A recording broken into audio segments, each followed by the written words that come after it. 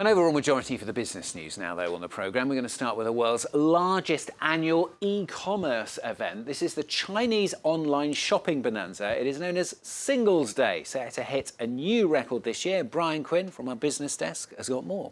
Well, Stuart, $12 billion in sales in the first hour alone. That's the figure reported by Chinese e-commerce giant Alibaba.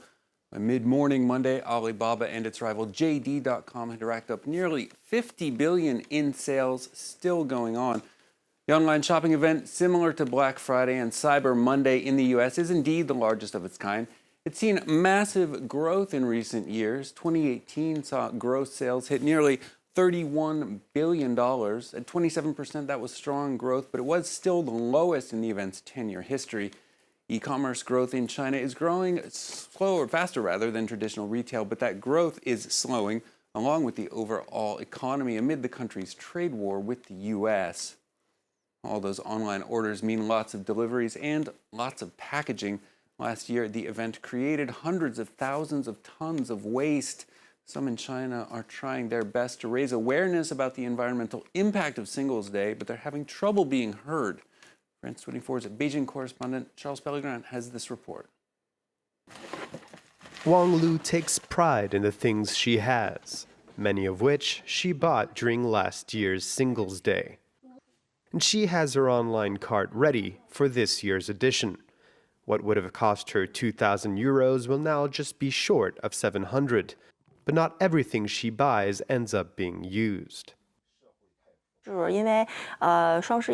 Singles Day is in winter, but many clothes on sale are summer clothes, so I don't wear them straight away. I keep them for the next year, but the next summer I don't like them anymore. Some are very concerned by the waste the shopping festival generates, especially from the plastic packaging used in deliveries, only 1% of which ends up being recycled. We can say that about 330,000 tons of waste were generated during last year's Singles Day shopping festival.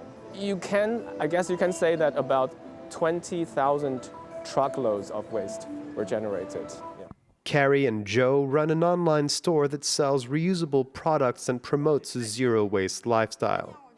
For 3 years now, they've encouraged people to boycott Singles Day, asking them to change their profile pictures to a poster denouncing irrational consumerism. I certainly feel like it's more pressure on people to buy more things because there's so many marketings and just constantly encourage people to buy things they do not need, to use the money they don't have, to please people they don't like.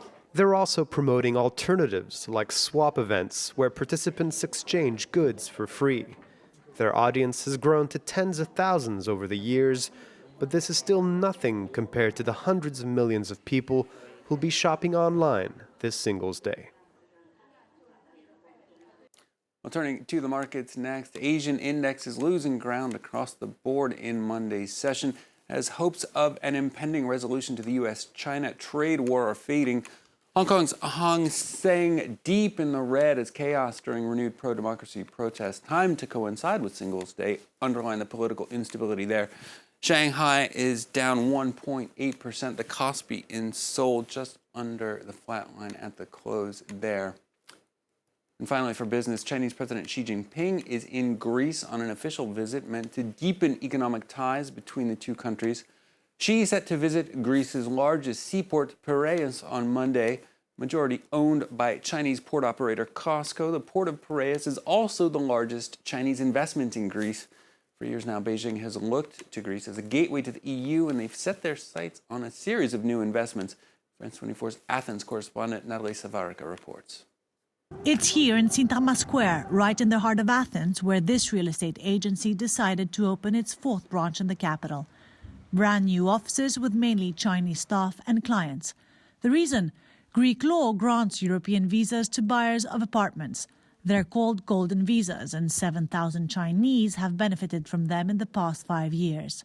Buying property 250,000 or more than that, will you be able to get the Greek permanent residency? But of course, because Greece is a Schengen country and a European country, so it gives you access to also other 26 Schengen countries.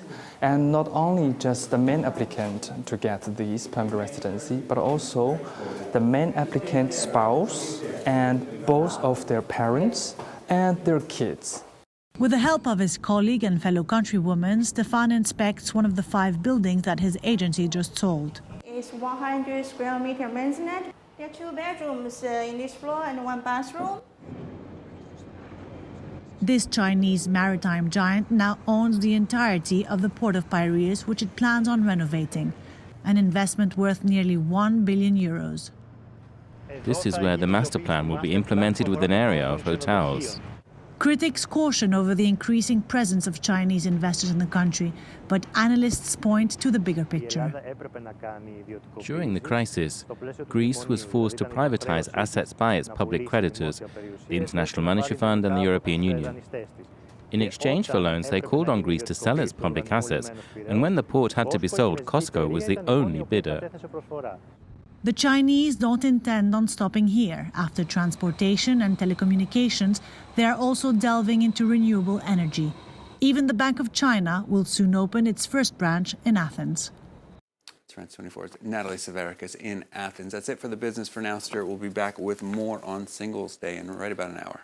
Great. Thank you very much, Brian. Brian Quinn there with the business news. He spent a fortune himself, just to let you know. Now, the authorities in Australia